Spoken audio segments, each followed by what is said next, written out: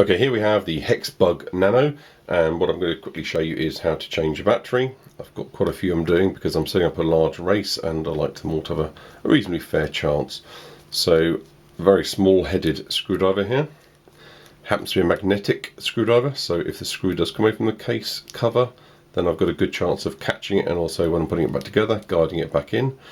But luckily for me, the plastic and the threaded screw hasn't come loose, so they stay together. But sometimes these screws come loose of these bottom bases, and you've got to watch out for the screw, and getting it back in with a magnetized screw head is a lot easier. Okay, so now we have the underside of the Nano. I'm going to just pull out the battery. It's a very small battery. I'm going to pop that down there, and I've got here in its packet a brand new LR44 battery. Now, I always try to use good quality batteries, because what you don't want to do is to have these batteries leak inside the units, because it will completely ruin the HexBug. And typically these get put away for a few months, and what you don't want to do is to come back, A, find the battery is dead unnecessarily, and B, that it's leaked inside the unit, because that can pretty much ruin a unit.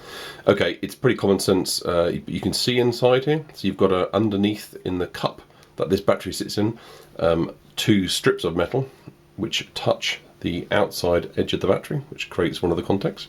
And then you've got to one side, and only one side, a sprung metal coming in from the side, to which will contact the bottom of the battery and therefore making the circuit. So it's pretty easy to see whether you've got the battery the right way around. But I always, just to save me having time in case we've got a flat battery and putting the cover on, I always do a quick test, and you should feel it vibrating in your hands with a quick switch on and off.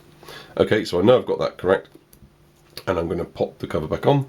Now the cover's got a little lip, a stump there, which goes in first. That literally dives in underneath the underbody of the HexBugs case, and I can tell that's lined up correctly. And just tighten it up, and only do it very gently, because the more you do this, you'll find that the receiving holes and the plastic around the screws are more likely to tear. So again, cover on. I'm now going to do a quick test. I can hear it vibrating. I'm going to pop it on the track and just watch it whiz away, and I know that's now ready.